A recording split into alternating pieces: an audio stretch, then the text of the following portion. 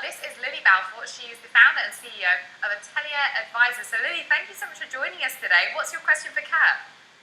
Oh, yeah, it's been my pleasure. Well, I agree that it definitely is an addiction, and I believe that people need to get behind the thing, and understand why it is that they are addicted to their phones. Two things I observe is, having the phone fulfill Maslow's list of needs, making us feel accepted and wanted, and we have friends, and so we, put a selfie up every day, and everyone tells us how great we are.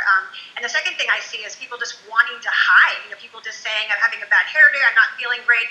Instead of putting on sunnies and a hat, I can just stare at my phone and nobody will talk to me. And I think both of these things are fine. It's okay to get a pat on the back because you have a great selfie one day, not every day. And I think it's okay to hide out sometime in the phone. But I would say to Kat, what are some good solutions, some good tools to mitigate that need to always feel a pat on the back and that need to always feel to hide from society? Oh, wow. I mean, those are big topics, right? I totally feel fine if you want to hide from society. I get that completely. If you need to check it out, go right ahead. You see people who are reading books, walking down the street, they're not reading. They just don't want to look at it. And so it's that same kind of thing. I'm cool with that. Now, this constant need for approval is what really has me worried. I think we're raising a generation of people who think they can be instantly famous, instantly wonderful. If I just take this picture 100 times, I'll definitely get a good angle. So, that's what I'm going to show the world. That's a little scary, but I feel like there's years of psychology behind this. I think that's a good point. Are we raising people to kind of be more of an Instagram generation than we are an interactive and engaged generation?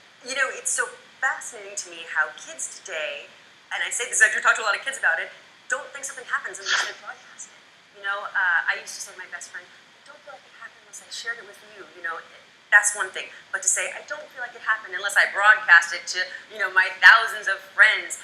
We had a conversation last night at dinner. Someone said, oh, but don't worry, we're still Facebook friends. And I'm like, so what does that even mean? Are you friends? Are you not friends? It doesn't make any sense to me. So finding validation in the number of Facebook friends you have is probably not the best way to love yourself. Well, I mean, that's a good point. One of our commenters, and I'm going to just try and find this comment in a second, it was about a hole. What hole are you trying to fill? This is the comment from Darnell E. That's what he's asking.